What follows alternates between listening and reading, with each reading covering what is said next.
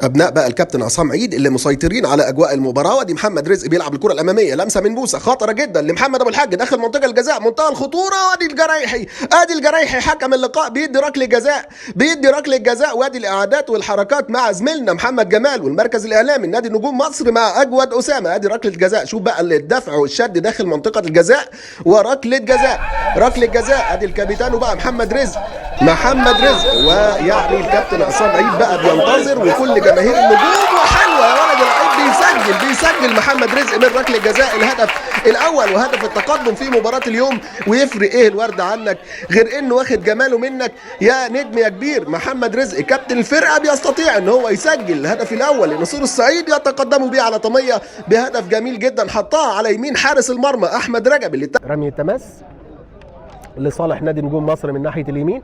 بتتلعب المره دي عرضيه داخل منطقه الجزاء، استلام لف ودوران وكره عرضيه. وادي محمود موسى بيلعبها وهوبا، وادي تصويبه حلوه جول. الهدف الثاني لسه بقول لحضراتكم نجوم مصر يستحق ان هم يسجلوا. وادي الاحتفال بقى والفرحه والسعاده. والهدف الثاني لصالح نادي نجوم مصر في مباراه اليوم علشان تبقى النتيجه 2. ادي اللاعب بقى المتالق، محمد خالد عياد خدها زي ما جت وسجل بقى محمد خالد الهدف الثاني لصالح نادي نجوم مصر. وراح على طول علشان بقى يتلقى التحيه من المدير الفني الكابتن عصام عيد، ومحمد خالد يسجل الهدف الثاني لصالح نادي النجوم في مباراه اليوم.